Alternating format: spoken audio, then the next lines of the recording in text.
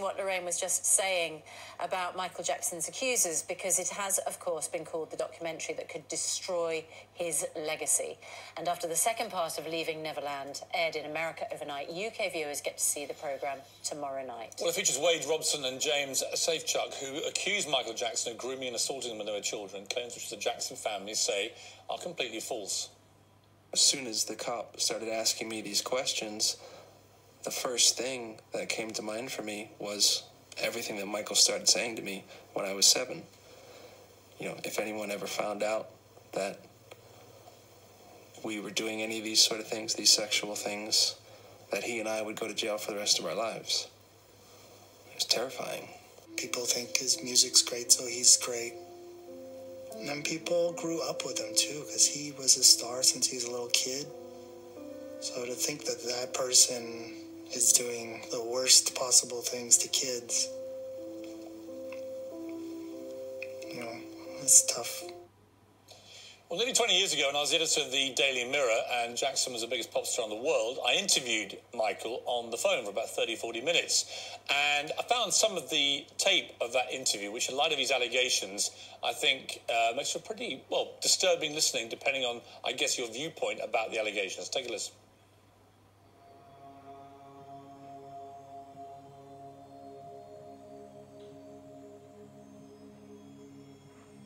I want to touch the world. I want to touch the heart, the emotions of the entire world. If it wasn't for children, I would throw in the towel. I would kill myself. I wouldn't care to live. They give me my inspiration. They inspire me. Everything I do, every song I write, the dance, everything I do. They tried to use it against me. It's just been so unfair, and I'm very upset about it, you know. I would slit my wrist before I would. Yeah, I could never, ever. Well, joining us now is Michael Jackson's nephew, Taj Jackson. Taj, thank you for coming in to talk to us this morning. There have been, of course, all sorts of accusations about Michael Jackson's behaviour, and they've been tested in court, of course. He was never found guilty of any of these assaults. The claims in the Leaving Neverland documentary refer to 2 men now who, as boys, testified under oath that he had always, you know, behaved perfectly decently with them. But they say they feel compelled now to speak out about their truth, what actually happened to them. And they make allegations which are very disturbing to listen to. And there are accusations about your uncle. When you listened or watched what they said, what did it make you feel? Gosh. I was angry. I was hurt. Felt betrayed by Wade, who's a friend. Wade Robson, who is one of the men who says that Michael abused him from the age of 7. Yes, I personally, the day he testified on 2005, which he was an adult, he was in his 20s, I thanked him. You know, I felt the right thing to do. I was like, you know, not many people did that for my uncle. He testified in support of Michael at the time. He was the first witness. He was the first defense witness. And was under oath. Under oath, the first defense witness. And, you know, you don't put someone that you molested for 7 years as your first start defense witness. He's claiming that he was scared, but he's in the safety of the courtroom at that point. One word and my uncle would have went to jail forever. So, you know, he has his own stories, but I think the hard thing for me, and I'm trying not to get emotional about this because it's my uncle and it's, you know, I've seen him do so much good in the world and they've turned it against him, and it's my biggest fear. That interview that I found that I did with him, he didn't do many interviews, as you know. No, he did not. And I had about a 30, 40-minute conversation with him, and he got very emotional when this subject came up. It was very raw to him at the time. It was the time all these allegations and cases were swirling around and so on. And, you know, if you take him at his own word, this to him was the worst possible thing that anyone could say about him. Of course, the converse side would be if you were trying to protect what you were doing, that's exactly how you might behave when you're asked about it. And the reality of the situation is Michael's been dead now for 10 years. And we may never get to the bottom, I guess, without any real hard evidence emerging other than people's testimonies about what went on. But here's the difficult question, which I would always have for any member of Michael's family. Definitely. What he was doing as a man in his 30s, 40s, by having sleepovers with always young boys, right? Not girls, young boys. No, there were girls right? as well. But very few, mainly young boys, and travelling around the world with them. That is not normal behaviour for a man in his 30s or 40s. It isn't, is it? We never said that. Our family's never said it was, because my uncle didn't have a normal childhood.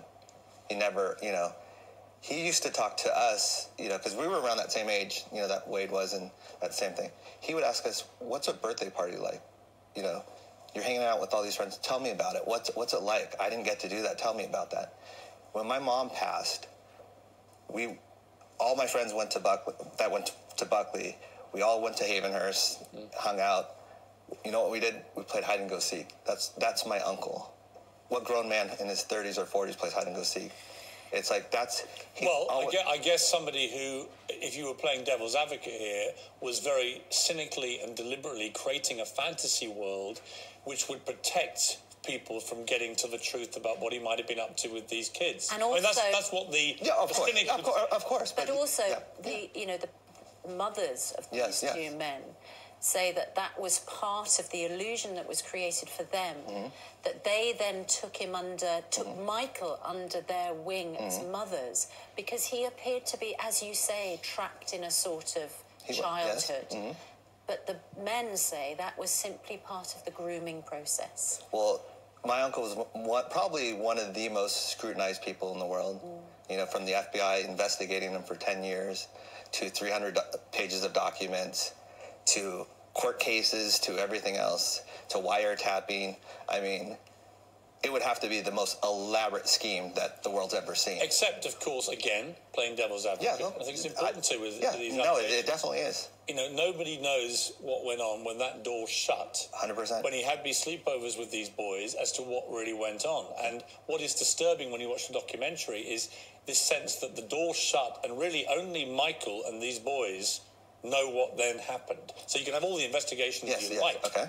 But that is a reality, isn't it? And in that case, you have to go through motive in terms of what they get out of it, and also credibility. And I think that's where us as a family, we've been really upset about the media is, and I understand that, it's when it's an alleged victim, it's hard to investigate them, in that way. But he's not here to defend himself, so that's the least you can do is look and if you do a 10-minute search on these people, that you would find out really the story of what they were really. The family are very incensed by this, as any family would be if they felt genuinely that their loved one was an innocent person. Are you 100% sure about Michael's innocence, or is it 99% given what's coming out? As an abuse survivor myself, if I for 1 second thought that my uncle, I spent probably thousands of hours with my uncle, Michael, since I was a baby all the way up to when he passed. I've been around him my whole life. If I thought for 1 second that he was capable of any of this, I'd be probably the first one screaming about this. But he never was like that. And not only for me, find the people that know Wade and my uncle, and they're all defending my uncle. I mean, what's interesting is others like Macaulay Culkin, who were very young when they befriended Michael, they tell a very different story. Yeah. And they say there was no abuse and nothing untoward happened. So you really come down to the credibility of the accusers. And that's all we're asking. We've never said just believe us. We just said look into them. But the media doesn't want to do that, and that's what's hard for us because my uncle's not there. So at least they can do that for us. Do you think that they are financially motivated? There's an appeal right now, and they sued the estate for hundreds of millions of dollars. So right now they have 2 appeals coming up this year. So yes, I do believe that. Because on the other side, of course, people say there's a financial motive for you to defend the reputation of Michael. I think there's duty for me to defend, but I'm not making money off his royalties. I wish I was making money off his royalties, but I'm not. I'm here. I flew here because I wanted to defend my uncle because he's been nothing but great to me. I have a 3-month-old baby that I just left to do this. That's how strong I feel about this. And to me, it's just, we just want our chance to tell the truth. Yeah. Listen, it's an extraordinary story. It has been for a long time, but I think, to me, there is a problem when Michael Jackson's been dead for 10 years, and the accusers said the complete opposite before he died. And I think that this is one of the situations where, as I say, it comes down to how much do we believe people making different claims now to ones they made before. And just finally, what effect is it having on the family? Because this is devastating if it's true. And his kids in particular. And it's devastating if it's not true. They're not doing well. They have to go to school, and it's hard because some of them, are trying to ignore it. But me in hindsight know you can't do that. Right. You can't ignore it. A lot of my family members think, the bigger ones think, if I talk about it, it'll bring more light to it, and I don't want to bring more attention to it, so they're not saying anything. But I know how social media works nowadays. If you don't say anything, people will just take it for what it is. You get convicted immediately. So we can't win either way, and that's the hard thing. Well, Taj Jackson, thank you very much. I really appreciate it. Thank you, guys. No, we greatly appreciate you making such an effort to come on and putting the other side. Thank you very much. Thank you, guys. It's 30.